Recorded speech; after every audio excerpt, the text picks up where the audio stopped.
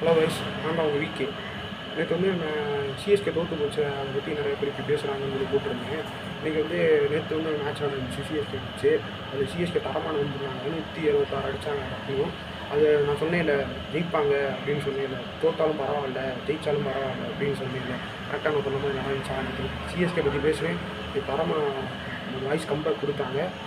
அடுத்து வந்து நம்ம பங்காளி கூட, மும்பை கூட இது தலமினி ஸ்டிம்பிங் அடித்தார்.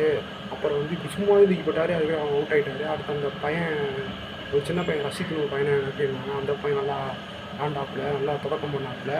அப்புறம் ஸ்லோவாக ஆண்டாங்க. அடுத்து தோனி வந்தார். தோனி இதுக்கு போய் தோனி ஆனதும் தோனி கொஞ்சம் அடித்தோன்னே மேட்ச்சு மாறிடுச்சு. தூபே கொஞ்சம் நல்லா விளாண்டுருக்கலாம், கொஞ்சம் மேட்ச் மாறி இது தோனி வந்து அடித்தோன்னே கொஞ்சம் மேட்ச் மாறிடுச்சு. இதுக்கு போய் செருப்பால் அடிக்கணும், அவமானப்பட்டது இப்படியா பேசுறது? மேட்சாக பாருங்கள். இது இப்படிலாம் பேசக்கூடாது, சரிங்களா? அவ்வளோதான், வேறு ஒன்றும் கிடையாது. அடுத்த வாரம் மேட்ச்லாம் ஜெயிப்பாங்க. நம்ம தோற்றாலும் பரவாயில்ல, இன்னும் 2 மேட்ச் வச்சா டாப் ஆர்டரில் வந்துடுவாங்க. அப்புறம் வர மேட்ச்சில் ஜெயிச்சா பிளே ஆஃபில் வர வாய்ப்பு இருக்குது. நல்லாவே நடக்கும், நம்புவோம். நல்லாவே நடக்கும், வெற்றி நிச்சயம்.